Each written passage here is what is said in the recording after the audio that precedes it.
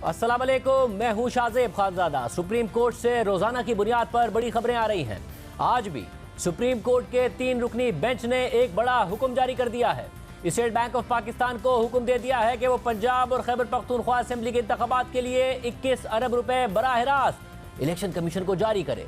Supreme court के जारी होने वाले ऑर्डर के मुताबिक हमारी हिदायत की पैरवी करते हुए स्टेट बैंक की कायम मकाम गवर्नर ने अदालत में स्टेटमेंट पेश किया, जिसमें वफाकी हुकूमत के फंड्स की निशानदही की गई जो स्टेट बैंक के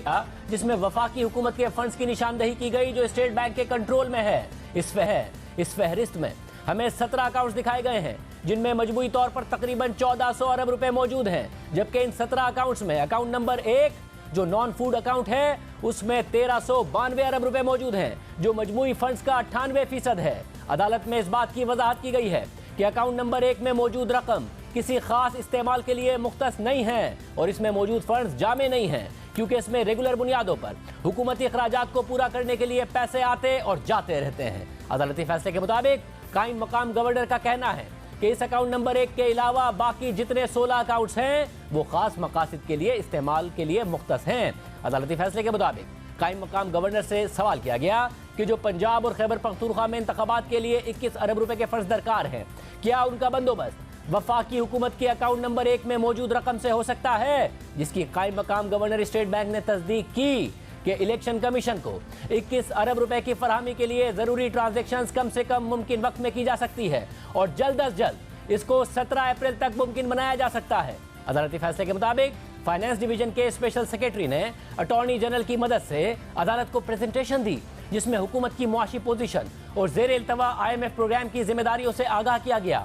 जो अदाद-ओ-शुमार अदालत के सामने रखे गए उनमें सबसे कम अदाद-ओ-शुमार सैकड़ों अरब रुपए तक जाते हैं, जिससे वाज़ेह होता है कि आम इंतखाबात के लिए 21 अरब रुपए की रकम वफाकी हुकूमत की जिम्मेदारियों में बहुत मामूली इजाफा करेगी और ये रकम इतनी गैर अहम है कि जो राउंडिंग ऑफ एरर के भी बराबर नहीं है। फाइनेंस की टीम ने अदालत को आगाह किया कि वफाकी हुकूमत रेगुलर बुनियादों पर फंड्स उधार लेने के लिए या रेज करने के लिए बॉन्ड मार्केट जाती रहती है और मजमूई तौर पर वो रकम किसी भी माली साल के लिए खरबों रुपए तक जाती है। ये भी कहा गया कि इस हवाले से स्टेट बैंक की तरफ से ट्रेजरी बिल्स भी रेगुलर बुनियादों पर जारी किए गए। इस पहलू से मुतालिक भी अगर 21 अरब रुपए के फंड्स का जायजा लिया जाए तो उसका कोई बायमानी असर नहीं है।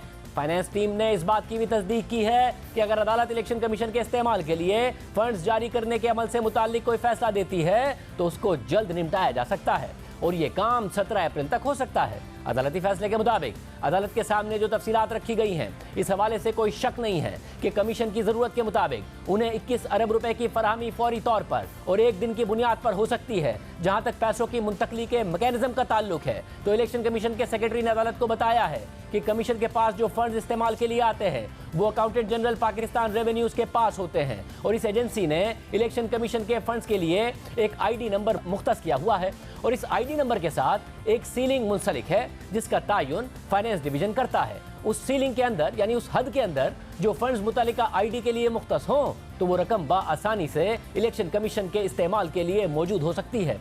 हुकाम की तरफ से इस बात की तस्दीक की गई है कि अदालती हुक्म पर स्टेट बैंक फाइनेंस डिवीजन के नाम एक पैगाम भेजेगा कि आम इंतखाबात के लिए अकाउंट नंबर 1 से 21 अरब रुपए इलेक्शन कमीशन के लिए मुख्तस हैं और फिर उसी दिन फाइनेंस डिवीजन इस हवाले से मुनासिब पैगाम अकाउंटेंट जनरल पाकिस्तान रेवेन्यूज को भेजेगा और हिदायत करेगा कि 21 अरब रुपए के जरिए इलेक्शन कमीशन को दी गई ID की सीलिंग यानी लिमिट को बढ़ाया जाए और इस तरीके से इलेक्शन कमीशन को फौरी तौर पर उस रकम तक रसाई मिल जाएगी।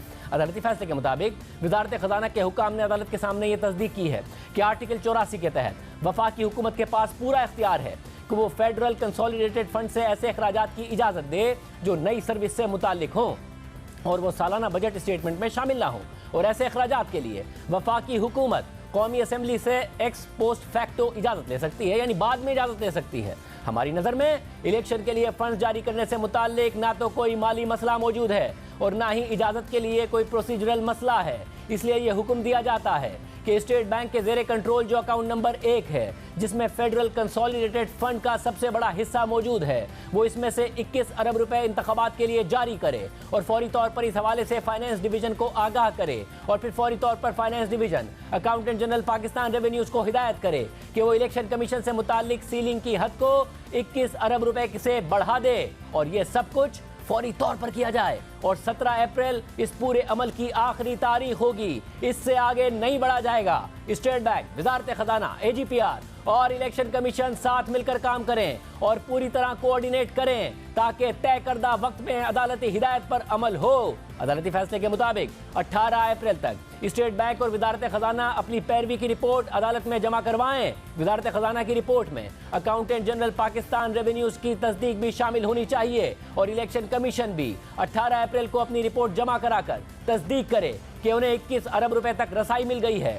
हम ये भी नोट करते हैं कि इस फैसले को फेडरल कंसोलिडेटेड फंड से अखराजात की इजाजत देने के लिए एक अथॉरिटी के तौर पर देखा जाए और वफाकी हुकूमत इसके बाद कौमी असेंबली से एक्स पोस्ट फैक्टो मंजूरी ले, यानी बाद में मंजूरी ले। आज पंजाब और खैबर पख्तूनख्वा में इंतखाबात के लिए फंड्स के इजरा के मामले पर चीफ जस्टिस की सरबराही में इन चैम्बर समाअत हुई। चीफ जस्टिस की सरबराही में जस्टिस एजाजुल एहसन और जस्टिस मुनीब अख्तर ने समाअत की, जिसके दौरान स्पेशल सेक्रेटरी खजाना और एडिशनल सेक्रेटरी खजाना 3 रुकनी बेंच के सामने पेश हुए। इसके अलावा attorney general, secretary election commission और स्टेट बैंक के हुक्काम भी चैम्बर में पेश हुए। जराये के मुताबिक समाअत के दौरान कायम मकाम गवर्नर स्टेट बैंक के साथ आने वाले दीगर अफसरान को चैम्बर से बाहर भेज दिया गया, जबकि वजारत खजाना के स्पेशल और एडिशनल सेक्रेटरी के अलावा दीगर हुक्काम को भी समाअत के वक्त बाहर भेज दिया गया। अटॉर्नी जनरल, सेक्रेटरी और DG लॉ इलेक्शन कमीशन समाअत में मौजूद रहे।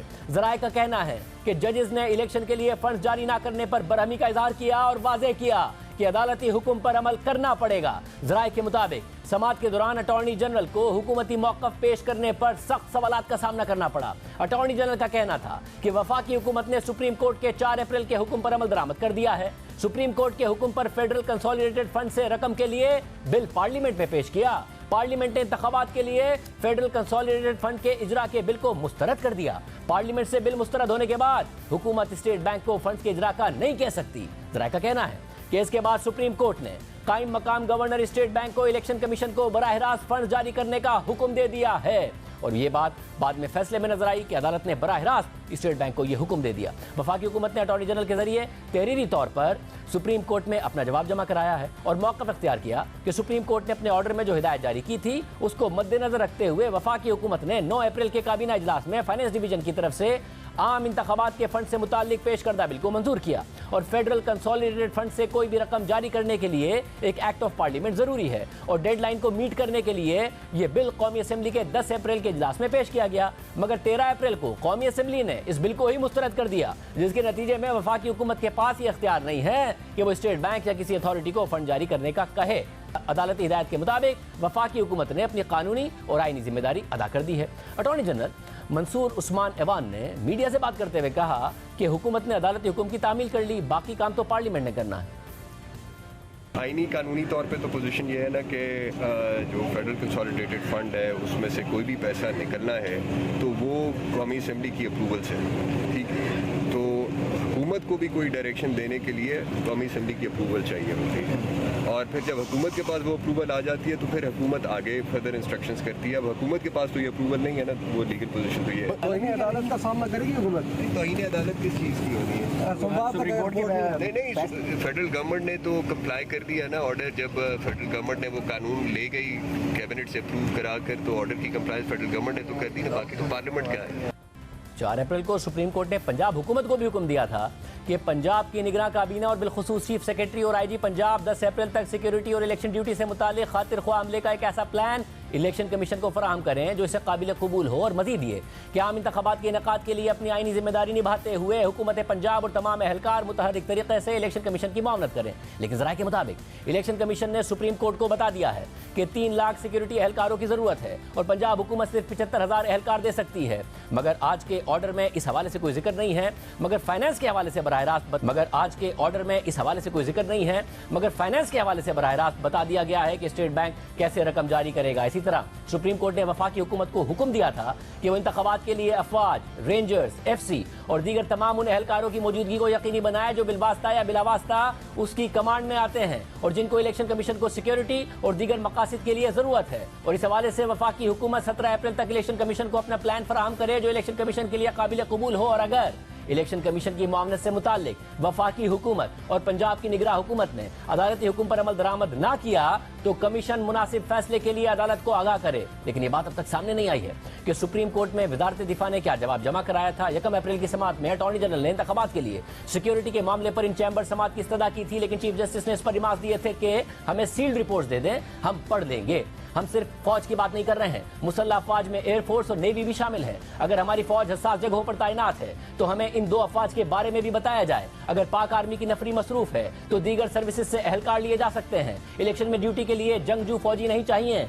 फौज में हर यूनिट या शोबा जंग के लिए नहीं होता। रिटायर्ड आर्मी जवान भी सिक्योरिटी दे सकते हैं, पैरामिलिट्री फोर्सेस भी सिक्योरिटी दे सकती हैं, जो वजारत दाखिला के मातहत है। वैसे बता दें कि इलेक्शन के लिए कितनी सिक्योरिटी चाहिए। जो कुछ हसास चीजें हैं उनको इन चैम्बर सुन लेंगे। उसी समाअत में चीफ जस्टिस ने सेक्रेटरी दिफा lieutenant general retired Hamood Rahman से सवाल किया था कि क्या आपके पास रिटायर्ड जवान बुलाने का कोई तरीकाकार है। तो सेक्रेटरी दिफा ने जवाब दिया कि रिटायर्ड आर्मी जवान रिजर्व फोर्स होते हैं जिन्हें मखसूस हालात में बुलाया जाता है। रिजर्व फोर्स की तलबी के लिए वक्त दरकार होता है। रिजर्व फोर्स की तरबियत भी की जाती है। चीफ जस्टिस ने रिमार्क दिए कि इलेक्शन कल नहीं होने, पूरा शेड्यूल आएगा, हमें सील्ड फाइलें दे दें, हम जायजा लेकर वापस कर देंगे। आप चंद घंटों बाद या कल सुबह तक रिपोर्ट दे दें। सेक्रेटरी दिफा को अगली समाअत पर आने की जरूरत नहीं। कोई सवालात हमारे जहन में आए तो खुली अदालत में पूछ लेंगे। लेकिन इसके बाद केस की कोई समाअत ही नहीं हुई और 3 रुकनी बेंच ने फैसला सुना दिया था। अब हुकूमत क्या करेगी? 21 अरब रुपए इलेक्शन कमीशन को मिल जाएंगे। फिर सिक्योरिटी में क्या हुकूमत कर सकती है?